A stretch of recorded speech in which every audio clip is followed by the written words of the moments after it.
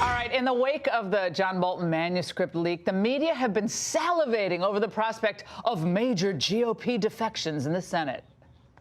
The four I'm talking about, of course, are Mitt Romney, Susan Collins, Lamar Alexander, and Lisa Murkowski. Mitt Romney and Susan Collins, they seem to want witnesses, while Lamar Alexander and Lisa Murkowski have expressed at least an openness to the idea. John Bolton and Mitt Romney go way back. John Bolton and Lamar Alexander go way back. I got to think that those mean something in this current context.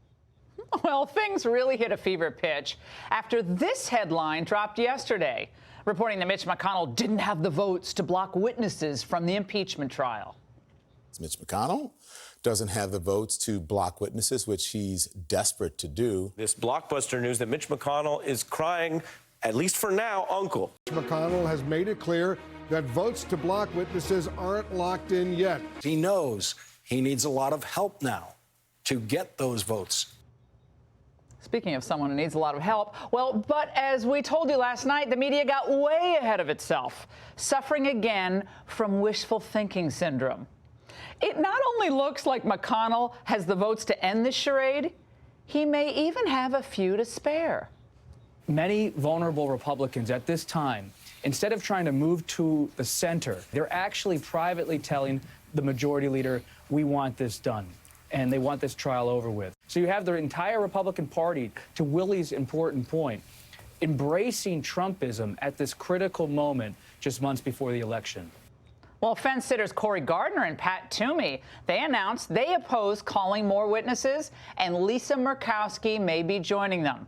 The Hill is reporting that it was clear to Senate Republicans on Wednesday after a morning meeting between Senate Majority Leader McConnell and Senator Murkowski that the question of having additional witnesses is settled.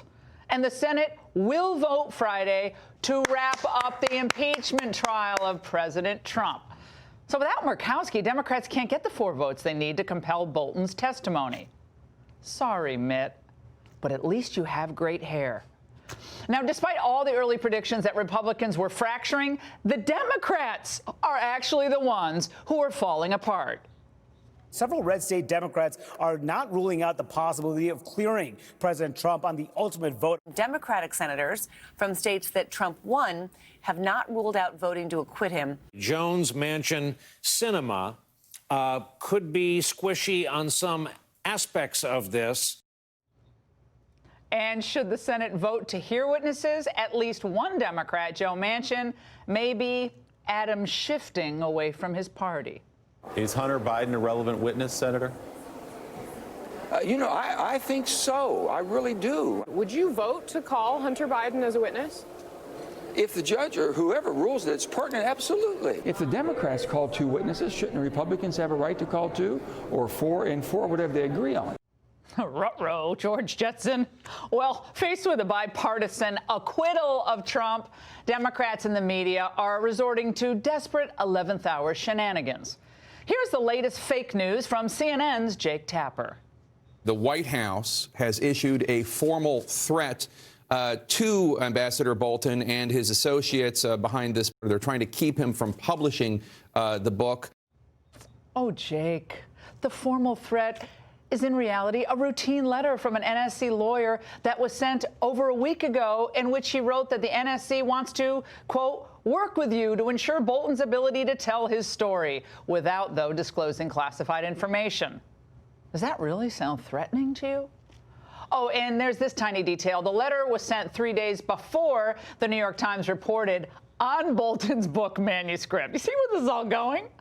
And then came the next shiny object from Congressman Eliot Engel. How bizarre. Who claims that on a September 23rd call, this is just coming up now, Ambassador Bolton suggested to me, unprompted, that the committee look into the recall of Ambassador Marie Yovanovitch. He strongly implied that something improper had occurred around her removal as our top diplomat in Kiev.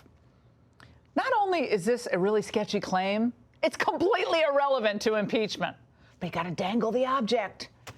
Trump has the power to remove an ambassador for any reason. They serve at the president's pleasure. And as cracks spread through the Democrat ranks, we predict that they're going to try to pull other rabbits out of their hat. But at this point, Republican senators should know how this game is played. Just when you think you see the light at the end of the tunnel, The resistance throws shade. Reports of new witnesses flood Twitter. Targeted leaks dominate the news cycle. Anything to prolong the drama. Every day there is new information coming to light. We know there's going to be new information coming to light on March 17th when the Bolton book comes out. There are going to continue to be revelations, and members of this body on both sides of the aisle are going to have to answer a question each time it does. Why didn't you want to know that when it would have helped inform your decision? He's admitting it. Well, Bolton has an axe to grind and books to sell. Nothing he has to say, as I said last night, changes the underlying facts that we have painstakingly laid out for you over the past 4 months now. Ukraine got its aid without ever having to do or say anything about Burisma or the Bidens. And the president was well within his rights to be concerned about Ukrainian corruption in 2016 and perhaps more corruption coming down the pike in 2020. Our founders didn't want us to do impeachment by shiny objects, and the Senate shouldn't torture the nation any longer with this tedious faux legal drama. Yet just as they tried in the Kavanaugh fight, by digging up supposed victims and late in the game unverifiable allegations, Democrats think time is on their side. But Republicans fought this then, and they need to fight it now. The only response to the Democrats' sleazy tactics is unwavering GOP unity, at least for a couple more days. And when Schiff and Schumer accuse you of a cover-up, throw it right back in their faces. They've been covering for their own deep state, for their own foreign policy and domestic policy failures since Trump announced he was running. And in the end, what will the Democrats have really accomplished in this shiny object impeachment? President Trump is enjoying his best approval rating in 3 years. And that's the angle.